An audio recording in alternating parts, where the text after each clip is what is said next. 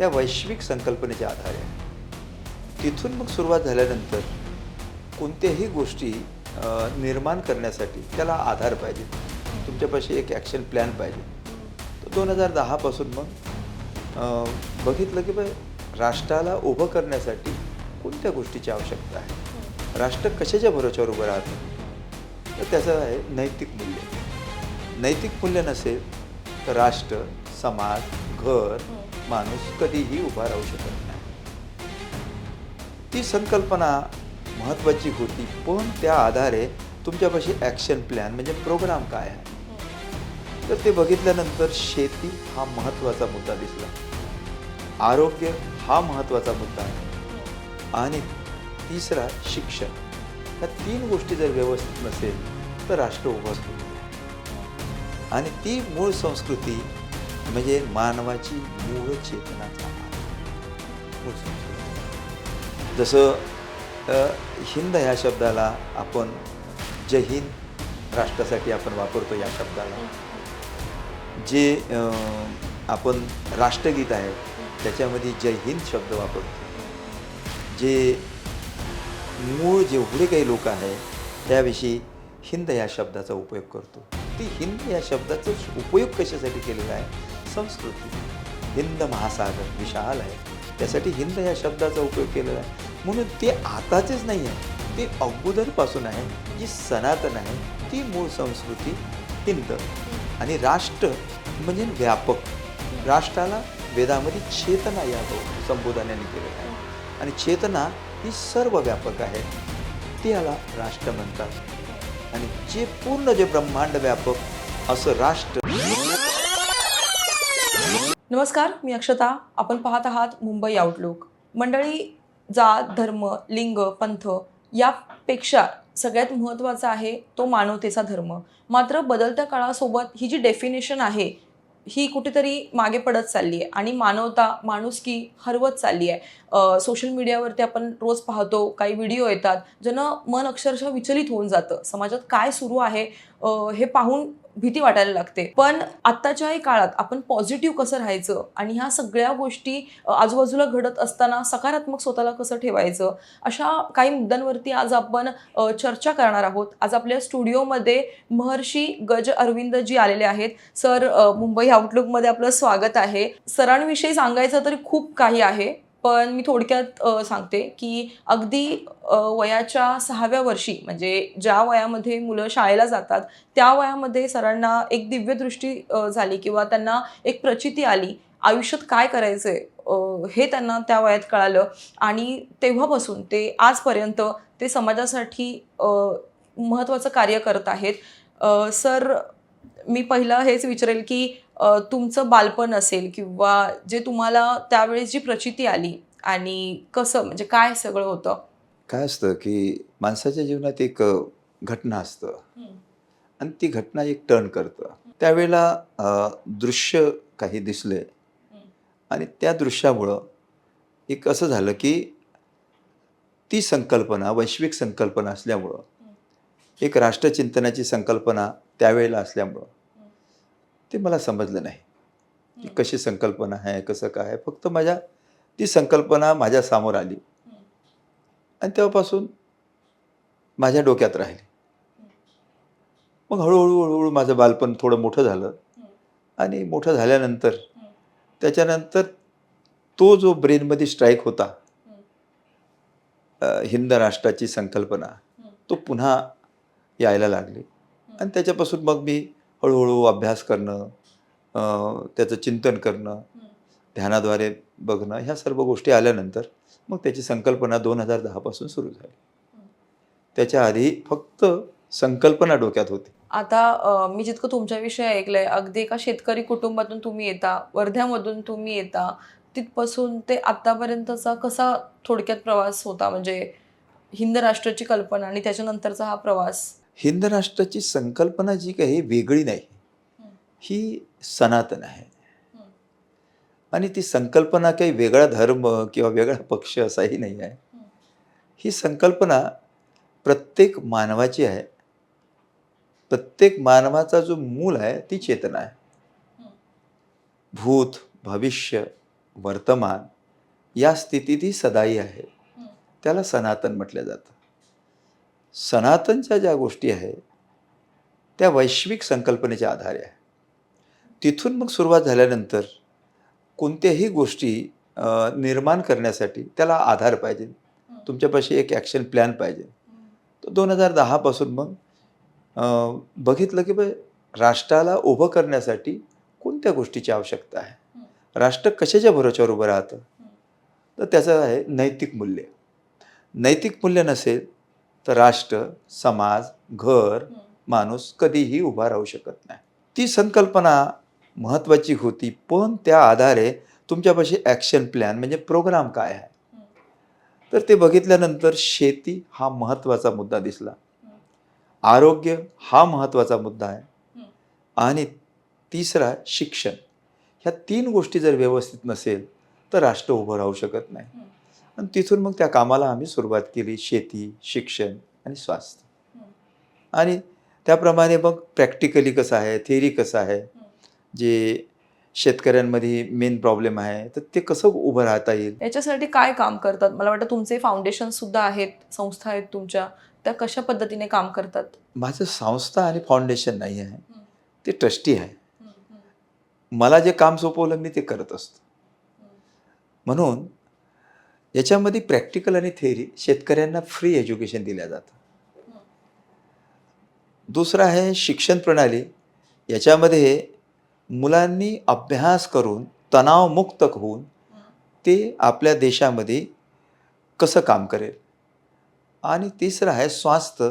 त्याच्यामध्ये मेडिकल याच्यामध्ये जे डॉक्टरचं जे युनिट आहे त्यामध्ये नाडीचं शिक्षण देऊन त्याप्रमाणे मूळ बिमारी कोणती आहे आणि त्या ह्याच्यावर त्याला रिप्लाय दिलं जातं, म्हणजे औषधी दिलं जातं. तर हा मेडिकलचा भाग हे काम करतो. आता जसं तुम्ही म्हणालात की सनातन, हिंदू किंवा वैश्विक, आता हे जे शब्द आहेत सनातन, हिंदू, वैश्विक किंवा हिंद, यात फरक काय? कारण की जसं आता मी अनेकदा ऐकते की सनातनी हिंदू, अनेक मुलं स्टेटसवर ठेवतात किंवा हे शब्द वापरले जातात. हिंदू म्हणजे सनातनी, सनातनी म्हणजे हिंदू. ह्यात काय फरक आहे? मी मॅम हिंदू हा शब्द नाही वापरला, हिंद हा शब्द वापरला. हिंद नाही, पण हल्ली म्हणतात ना अनेक लोक की हिंदू म्हणजे सनातनी, तो एक शब्द आहे. महत्त्वाचा आहे, सनातन हा शब्द जो आहे हा मानवाची मूळ चेतना आहे. तुम्ही जरी आहे तरी त्या चेतनेच्या आधारावर बोलत आहे. सर्व पशु, पक्षी, प्राणी, जीव, जंतू हे जे सर्व दिसतं ते चेतनेच्या आधारावर. केवळ हिंदू धर्म हा फक्त सनातन आहे असं नाही. सनातन हा धर्म सर्वव्यापक, भूत, वर्तमान, भविष्य ह्या सर्व गोष्टीमध्ये सदाही आहे. त्याला नाव सनातन म्हणतात. म्हणजे हिंदूचं आहे किंवा मुस्लिमचं आहे किंवा ख्रिश्चनचं आहे किंवा शिखांचं आहे किंवा बुद्धांचं आहे असा काही नाही. हा रिलिजन आहे. हा रिलिजन सनातनमध्ये मानल्या जातात. पण सर्वांचा जो आहे तो सनातन म्हणजे मानव. म्हणजे फक्त कुठल्या धर्माच्या आधारे आपण सनातन बोलू शकत नाही. सनातन हा सर्वव्यापी आहे थोडक्यात. नाही, बोलू शकत नाही असं नाही आहे. मूळ जे आधार आहे ते आपण चर्चा करायला हवी. म्हणजे माझ्या मनात येईल मी काहीतरी बोलत आहो त्याला अर्थ नाही. म्हणजे संवादाच्या ठिकाणी विवाद असेल तर त्याला अर्थ नाही. मूळ जो सनातन कशाला म्हटलेला आहे त्याविषयी प्रत्येकाने चिंतन करायला हवं, तर मला सनातन समजेल. मी कोणताही शब्द घेतला, समजा हे बॉटल आहे, याच्यामध्ये काहीच लेबल नाही, याच्यामध्ये या पाण्याला काहीच तुम्ही नाव देऊ शकत नाही. पण या बॉटलवर समजा मी लेबल लावलं तर हे पाणी त्या कंपनीचं झालं, त्या धर्माचं झालं. पण पाण्यामध्ये काहीतरी लेबल आहे का, काहीतरी नाव आहे का? अशाच प्रमाणे चेतना असं समजू. उदाहरणार्थ ती चेतना सर्व व्यापक आहे. पण आम्ही या पृथ्वीवर आल्यानंतर आम्ही आमचं नाव लावत असतो आणि हे माझं आहे असं म्हणत असतो. पण ती ईश्वरीय सत्ता आहे, ते त्यांचं आहे, ते त्यांनी हे केलेलं आहे. तर हे सर्व जे ब्रह्मांड आहे ते संपूर्ण ब्रह्मांड एक विश्व, एक राष्ट्राच्या रूपाने आपल्याला दिसतं. ते नाव वैश्विक संकल्पना. आता तुम्ही ज्या हिंद राष्ट्र असेल त्याची संकल्पना जी आहे ती कोणाची आहे? हिंद राष्ट्रच का, किंवा ते कधीपासून सुरू झालं, ही तुम्ही कधीपासून याचा प्रचार प्रसार करताय? ही संकल्पना माझी नाही, ही संकल्पना गुरुदेवतांची आहे. ही संकल्पना माझ्या मनात नव्हती. मी सांगितलं का 1960 पासून विजन, पण माणसाला त्यावेळेस काही समजत नाही. विजन 6 वर्षाच्या नंतर विजन समोर आलं आणि त्याच्यानंतर 2010 पासून काम सुरू केलं. पण महत्त्वाची जी आहे ही मानव संस्कृती आहे, मानवासाठी आहे. ती एका व्यक्तीसाठी नाही आहे. संपूर्ण ही पृथ्वी आहे ती मानवाची आहे, मानवाची व्याप्त आहे. मग ती जी पृथ्वी आहे त्याच्यावर मानव रचतो आणि त्या मानवाचा विकास कसा होईल, जनसामान्याचा विकास कसा होईल आणि जनसामान्य सुख आणि समृद्धी तो जीवनात कशी अनुभवेल, शांती कशी अनुभवेल, त्याचं नाव हिंद राष्ट्र आहे. जसं मैत्री, करुणा, शांती, प्रेम ह्या गोष्टी ज्या येतात ते सनातनमध्ये, त्याचं नाव सनातन. केवळ व्यक्तीचं नाव सनातन नाही. तिथून ज्यावेळेस दृष्टिकोन मला 2010 पासून पुन्हा साकार झाला, त्याच्यानंतर मग ह्या गोष्टी कार्यान्वित करण्यात आल्या. ती माझी संकल्पना नाही, तुमच्या त्यांची संकल्पना, गुरुजींची आहे. गुरुजींची आहे, हां. त्या देवतेंची आहे. त्या देवतेनी ती संकल्पना दिली. ते नेचर आहे आणि नेचरला आम्ही स्वीकारू शकतो, अस्वीकारू शकत नाही. ते नेचरने दिलेलं आहे. पण हिंद राष्ट्र म्हणजे हेच नाव का त्याच्यासाठी? काय म्हणजे त्यात वैशिष्ट्य काय त्या नावात? हिंद राष्ट्र जे आहे, हिंद हा शब्द मूळ आपली संस्कृती आहे आणि ती मूळ संस्कृती म्हणजे मानवाची मूळ चेतनाचा आधार, मूळ संस्कृती. जसं हिंद ह्या शब्दाला आपण जय हिंद राष्ट्रासाठी आपण वापरतो. या शब्दाला जे आपण राष्ट्रगीत आहे त्याच्यामध्ये जय हिंद शब्द वापरतो. जे मूळ जेवढे काही लोक आहे त्याविषयी हिंद या शब्दाचा उपयोग करतो. ती हिंद या शब्दाचा उपयोग कशासाठी केलेला आहे? संस्कृती. हिंद महासागर विशाल आहे, त्यासाठी हिंद या शब्दाचा उपयोग केलेला आहे. म्हणून ते आताचेच नाही आहे, ते अगोदरपासून आहे. जी सनातन आहे ती मूळ संस्कृती हिंद. आणि राष्ट्र म्हणजे व्यापक. राष्ट्राला वेदामध्ये चेतना या संबोधनाने केलेलं आहे आणि चेतना ही सर्व व्यापक आहे, ते याला राष्ट्र म्हणतात. आणि जे पूर्ण जे ब्रह्मांड व्यापक असं राष्ट्र, त्याला हिंद राष्ट्राची संकल्पना. सर माझा पुढचा प्रश्न असा आहे की आत्ताच्या काळात जो ताणतणाव वाढतोय किंवा सोशल मीडिया असतील, आपण रोज काहीतरी नवीन अशा गोष्टी बघतो की मन अस्वस्थ होतं. तर स्वतःला एकचित्त शांत ठेवण्यासाठी काय केलं पाहिजे किंवा बदलत्या काळासोबत सुद्धा स्वतःची मनशांती कशी ठेवली पाहिजे त्याविषयी काय सांगाल? बदलत्या काळात मला काय करायचं हे नेमकं ठरवायला पाहिजे. तो धावत आहे तर मी धावत आहे, तर असं होत नाही. आजची जी मेन जो प्रॉब्लेम आहे, हाय बीपी लो बीपी सर्वात जास्त आहे. यावर आम्ही विचारच करत नाही, लगेच गोळ्या घेणं चालू करत असतो. महत्त्वाचा जो प्रॉब्लेम आहे, एक तणावाखाली जर लोक 99% आहे आणि 99% जे लोक तणावाखाली आहे, मेडिसिन जर घेतलं त्याचं डोकं काम करणार नाही, तर राष्ट्र कसं उभं राहील? बरोबर. आज जे महत्त्वाचं आहे, 13 वर्षाच्या मुलांना प्रोस्टेट ग्लॅंड आहे, तर राष्ट्र कसं उभं राहील? आज जे आहे शुगर सर्वात जास्त प्रमाण वाढलं आहे, तर किडनी प्रॉब्लेम निश्चितच आहे, तर मग राष्ट्र कसं उभं राहील? याच्यावर आपण चिंतन जर केलं तर मग लक्षात येते की याचं मूळ कारण काय आहे? तणाव. या तणावाला जे आहे, जे येणारी जी पिढी आहे त्याच्यामध्ये मूळ जे महत्त्वाची जी गोष्ट आहे, तो फार एक भयावह दृष्टिकोन दिसतो. तो असा की जर ही जनरेशन जर व्यवस्थित मार्गाने जर नाही गेली तर राष्ट्राचं काय होईल? त्या दृष्टिकोनातून मूळ जे तणाव आहे तो कसा व्यवस्थित करता येईल? तर ऑक्सिजन लेवल जे आहे तो महत्त्वाचा पार्ट आहे. ऑक्सिजन लेवल जे महत्त्वाची जी पार्ट असतं, 98% ऑक्सिजन लेवल जर तुमचं जर व्यवस्थित राहिलं तर ब्रेन कॅपॅसिटी चांगली राहील, ब्लड सर्क्युलेशन व्यवस्थित होईल, तर तुम्ही काम करताना थकणार नाही. नेचर तुम्हाला सहयोग देईल. नेचर तुम्हाला एवढा सहयोग देतं की जे तुम्ही मागाल ते भेटतं. पण माणूस हा नेचरच्या विरुद्ध वागतो. त्याच्यामुळं जे तुम्हाला पाहिजे ते मिळत नाही. नेचर भरभरून देतं. पण आपली जी पर्सनॅलिटी असतं, ते आतली जी पर्सनॅलिटी असतं ती फार वेगळी असतं आणि बाहेर जगामध्ये आपण दाखवतो ती पर्सनॅलिटी फार वेगळी असतं. त्याच्यामुळं नेचर आपण त्याच्याशी जुळत नाही. नेचरचा जो पार्ट असतो तो वेगळा दाखवतो आणि आम्ही आमच्या जीवनात वेगळा दाखवतो. त्या तणावाखाली, मीपणाखाली आपण दाखवत असतो की मी व्यवस्थित आहो. मग माणसाने हे ठरवायला पाहिजे, मला प्रेम कसं भेटेल. तो प्रेम म्हणजे व्यक्तीचं नाही. प्रेम म्हणजे पैशामधून नाही किंवा वस्तूमधून नाही. प्रेम हे पूर्ण सदाही सनातनमध्ये येतं. म्हणजे त्याने दिलं तर तुम्ही प्रेम करणार, त्याला प्रेम म्हणत नाही, त्याला व्यवहार दर्शन म्हणते. दुसरं जे आहे याच्यामध्ये प्रत्येकाला शांती हवी आहे. असा कोणीच व्यक्ती नाही का शांती हवी नाही. मग अशांती का बरं पसरतं?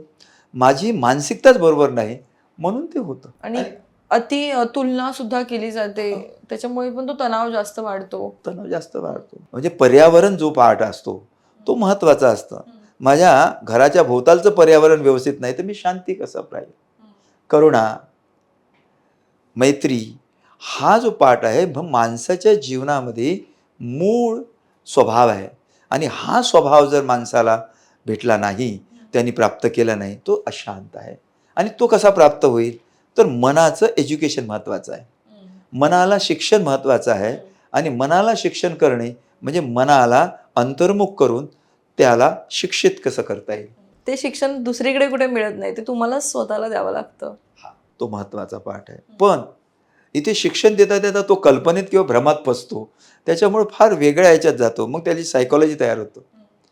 त्याचा तणाव निर्माण होतो. त्याला गायडन्स खालीच त्याला शिक्षण घ्यावं लागतं. तो महत्त्वाचा असतो. गाईड व्यवस्थित नसेल तर ते शिक्षण व्यवस्थित होत नाही. शाळेमध्ये आजची परिस्थिती आहे, शिक्षक आहे पण स्टुडंट ट्युशनमध्ये आहे. आजची ही परिस्थिती आहे. तर स्टुडंटमध्ये तणाव आहे. मग तो तणाव कसा रिलीज होईल याच्याविषयी आपण विचार करावा. याच्याविषयी आपण काही सांगू शकत नाही. प्रत्येकाने कसं जगायचं आणि कसं राहायचं आणि कसं मरायचं हे प्रत्येकाने आपलं ठरवायचं आहे. त्याच्याविषयी तुम्हाला दुसरा कोणी सांगू शकत नाही की तुम्ही हे करायचं. सर, आता एक गोष्ट आहे की तुम्ही जसं म्हटलं की प्रत्येकाने स्वतःला सांगायचं किंवा ते शिक्षण कोण देत नाही. पण असं म्हणतात की पहिली गुरु आई असते, बरोबर. पण आता आपण जी परिस्थिती बघितली तर आईलाही स्वतःच्या मुलासाठी वेळ नसतो. तर त्या मुलाकडे कुणाकडे जायचं किंवा जे संस्कार आहेत किंवा ज्या बाकीच्या गोष्टी आहेत, चांगलं काय वाईट काय, हे कसं म्हणजे हे पॅरेंटिंग कशी आताचे जे पेरेंट्स करतात ते किती महत्त्वाचं आहे सध्या. याला आपण म्हणतो पॅरेंट एज्युकेशन. आई वडिलांचं एज्युकेशन होणं महत्त्वाचं असतं. आई वडील झाले म्हणून संसार व्यवस्थित झाला असं नाही आहे. महत्त्वाचं आहे मुलाला कसं घडवायचं हे महत्त्वाचं असतं. मुलाला एज्युकेशन कसं द्यायचं ते महत्त्वाचं असतं. पण आज जे आहे मुलावर थोपवल्या जातं. जसं सकाळी तो गेला तर तो 2 वाजता परत येतो. 2 वाजता परत आला, जेवण केला का 3 वाजता पुन्हा तो ट्युशनला जातो. ट्युशनला गेला का 8 वाजता येतो. तो 2 तास पुन्हा अभ्यास कर. जसं काही कोणाच्या याच्यावर असं ओझं देऊन त्याप्रमाणे आपण चालवत असतो. तो सुद्धा मुलगा आहे ना. त्याचाही सुद्धा डोकं आहे ना, त्यालाही सुद्धा थकत असेल ना. पण त्याचा न विचार करता पॅरेंट हे म्हणतात, बघ बाजूच्या मुलांनी एवढे पर्सेंट आणले, तूही एवढे पर्सेंट आणायचे. बाजूचा मुलगा तो डॉक्टर झाला, तूही डॉक्टर होय. म्हणजे तुम्ही लादण्याचा जो प्रयत्न करत असतात, मुलं हे तुमच्यापासून दूर जाणार. आणि मुलं जर ज्यावेळेस दूर गेल्यानंतर त्याला प्रेम भेटलं नाही, त्याला खरोखर मार्ग भेटला नाही, तर मुलं हे भटकतात. आणि आज जे आहे ना सुसाईड केसेस, आत्महत्याचं प्रमाण जास्त वाढलेलं आहे. श्रीलंकेमध्ये 2:1चं प्रमाण आहे.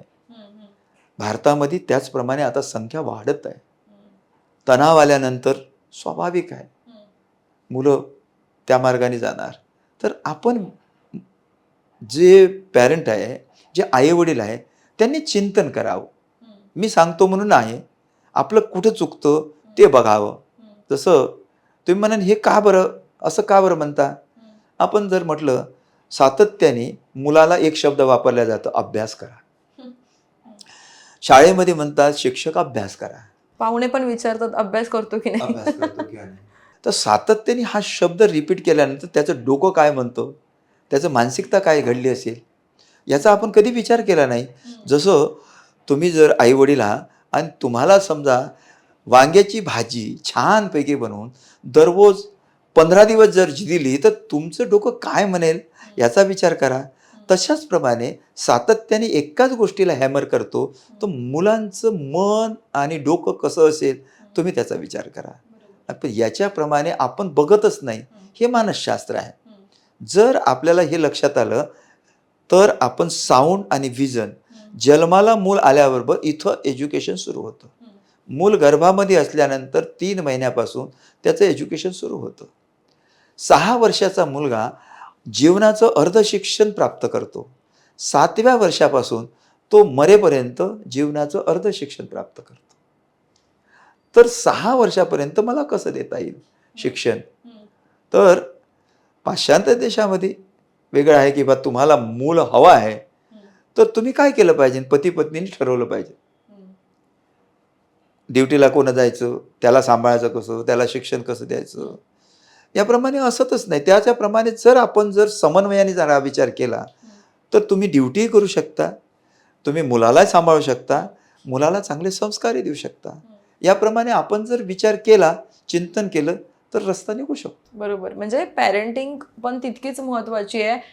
कारण की तुम्ही राष्ट्रासाठी, समाजासाठी एक असा व्यक्ती घडवला पाहिजे की जो या समाजासाठी काहीतरी करेल. तो त्या स्वतःची रिस्पॉन्सिबिलिटी समजेल. माझा पुढचा असा प्रश्न आहे की हल्ली ना सर एक गोष्ट आहे की अपयश अनेकांना खचवतं. म्हणजे त्यांना ते अपयश पचत नाही किंवा ते सहन न झाल्यामुळे ते काहीतरी चुकीचं काम करतात किंवा चुकीच्या मार्गाला लागतात. तर अपयश पचवायचं अवघड आहे का खरंच एवढं? त्याला पुरुषार्थ म्हणतो आपण. अपयश जरी माणसाच्या जीवनात आलं तर दुसऱ्या ह्याच्यामध्ये यश निश्चित असतं. अपयशाने माणूस खचतो याच्यामुळं की त्याला ज्ञान नसतं किंवा त्याला मार्ग गाईड व्यवस्थित नसतो, म्हणून तो खचतो. जसं मागे 2 वर्षाच्या आधी नेटची एक्झाम झाली.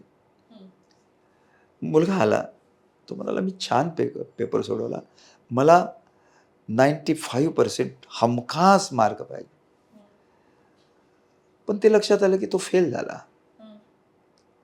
तो अक्षरशः रडायला लागला आणि तो म्हणाला माझ्या जीवनाचं काही तथ्य नाही, मी आता सुसाईड करतो, काही अर्थ नाही. त्याच्यानंतर एक रिपोर्ट आली की हा पेपर फुटला. अपयश त्यावेळेस येतं की मुलगा खूप मेहनत करतो आणि खूप मेहनत केल्यानंतर त्यावेळेस या आघात असतो. तर जे काही लोक खूप बुद्धिवान असणारे, मानणारे, त्या ह्याच्यामध्ये जे काम करतात, तुम्ही करोडो लोकांची हत्या केली मानसिक स्तरावर. तुम्ही एका मुलाची नाही, केवळ तुम्ही स्वतःच्या स्वार्थासाठी, नैतिक मूल्यच नाही, तुमच्यापाशी खूप आहे तरी पण माणसाचा लोभ आहे. तर असे अपयश येणारे खूप मुलं आहे.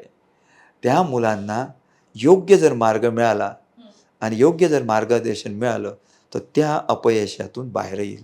त्याला पॉझिटिव्ह थिंकिंग हा विचार, सकारात्मक विचाराविषयी त्याला मार्गदर्शन सातत्याने योग्य गुरु, योग्य माता आई वडील आणि योग्य मित्र हे जर असेल तर तो अपयशातून बाहेर येतो. त्याला पिक्चर हा क्लिअर झाला पाहिजे की अपयश जरी आता आलं तर यश तुमच्या पुढे आहे, तो त्याला प्राप्त करू शकतो. एक शेवटचा प्रश्न सर की तुम्ही हिंद राष्ट्राबद्दल आपण मगाशी बोललो, पण हे हिंद राष्ट्र घडवण्यासाठी यामध्ये युवकांचा किती मोठा रोल आहे किंवा युवकांनी काय करायला हवं ते सांगा. हिंद राष्ट्र घडवल्या जात नाही, हिंद राष्ट्र निर्माण होतं. तुम्ही राष्ट्राला घडवू शकत नाही, राष्ट्राला घडवणारा विचार असतो, व्यक्ती नाही. जिथं व्यक्ती आला तिथं राष्ट्र कदापि घडू शकत नाही. राष्ट्राला घडवण्यासाठी महत्त्वाचा यंग जनरेशन, जे तरुण वर्ग आहे तो महत्त्वाचा आहे. पण राष्ट्राचा जो मूळ जो आधार आहे त्याचं नाव शिक्षण. आम्हाला शिक्षणामध्ये शेतकऱ्याचा मुलगा, मजुराचा जर मुलगा आज जर शिकवतो म्हणलं तर तो शिकू शकत नाही. आमच्या देशामध्ये जर हा मुलं जर शिकले नाही तर राष्ट्र कसं उभं होईल याच्याविषयी चिंतन आपण करावं. ज्या देशामध्ये शिक्षणच व्यवस्थित नाही तो देश उभा राहू शकत नाही. मग त्याविषयी हे महत्त्वाचे आहे की राष्ट्र उभं करण्यासाठी शिक्षण प्रणाली फ्री व्हायला हवी. आपण बऱ्याचशा गोष्टी फ्री देतो पण शिक्षणाविषयी काहीही फ्री नाही. अनेक देशांमध्ये शिक्षण फ्री आहे किंवा तिथे त्या फॅसिलिटीज आहेत म्हणून तिथे जे शिकलेला वर्ग आहे तो खूप मोठा आहे आणि तिथे तळागाळात शिक्षण आहे मुलांचं. तुम्हाला माहीत असेल आम्हाला अशिक्षित ठेवण्याचं कारण काय आहे? 60% जो वर्ग आहे खा प्या झोपा. 25% जो वर्ग आहे तो बुद्धिवान आहे, तो समजतो काय सुरू आहे ना काय नाही, कळतो त्याला. पण बुद्धिमान जो वर्गाला आहे ना संपूर्ण दबावाखाली आहे. आणि जो तिसरा वर्ग आहे 5%, तुम्ही काय करा काही नाही, आमच्यापाशी भरपूर आहे. मी त्यांचं काही समाजाशी काही लेणं देणंच नाहीये. तर या जो आहे 60% वर्गावर वर्चस्व ठेवून त्याप्रमाणे आम्ही काहीतरी वेगळं काही दाखवत असतो आणि त्याप्रमाणे मग समाजामध्ये एक वेगळी न्यूज तयार करत असतो. समाजाला एक लॉलीपॉप देतो, जसं शेतकऱ्यांना कर्ज माफ आहे असं देतो, पण शेतकऱ्याविषयी ज्या काही गोष्टी असतात त्या कधीच करत नाही. मुलांना शिक्षणाची फॅसिलिटी द्यायला पाहिजे ते कधीच देत नाही. मेडिकलमध्ये जे स्वास्थ्य विभागामध्ये फ्री काही योजना मेडिकलमध्ये द्यायला पाहिजे त्या कधीच येत नाही. ह्या ज्या सर्व गोष्टी जर व्यवस्थित जर झाल्या तर त्यावेळेस राष्ट्र उभं राहू शकतो. पण हे सरकारचंच काम आहे ना हे सगळं. सरकारचं नाही, आमचं सर्वांचं काम आहे. सरकार म्हणजे आपण सर्व आहे आणि तरुणांनी जर समोर आलं तर ते होऊ शकतं. सरकार काय आहे? सरकार आज बनतो आम्ही सरकार आहे मग त्यावेळेस सरकत जा, सरका त्याचं नाव सरकार कधीच नाही. सरकार हे तुमचं आहे, तुम्ही ठरवायचं आहे. यंग तणाव जे आहे किंवा यंग जनरेशन आहे त्या यंग जनरेशनमध्ये ही जर भावना निर्माण झाली तर राष्ट्र निर्माण होऊ शकतं. सरकार राष्ट्राला निर्माण नाही करू शकत, विचार हा राष्ट्राला निर्माण करू शकतो आणि त्याविषयी जे राष्ट्राला निर्माण करण्यासाठी ह्या गोष्टी पाहिजे ते आपण करायला हवं सर्वांनी, हे एकाचं नाही. आता तुम्ही आज जे आपल्याला प्रेक्षक बघत असतील किंवा तरुण पिढी बघत असेल त्यांना काय संदेश द्याल? महत्त्वाचं आहे, सर्वांना संदेश मी देऊ शकत नाही. हा तुम्हीच संदेश ठरवायचा की तुम्ही काय करायला पाहिजे. तुमचं कर्तृत्व काय आहे, तुमची जिम्मेवारी काय आहे आणि तुम्हाला नेमकं काय करायचं आहे, तुमचा ॲक्शन प्लॅन काय आहे.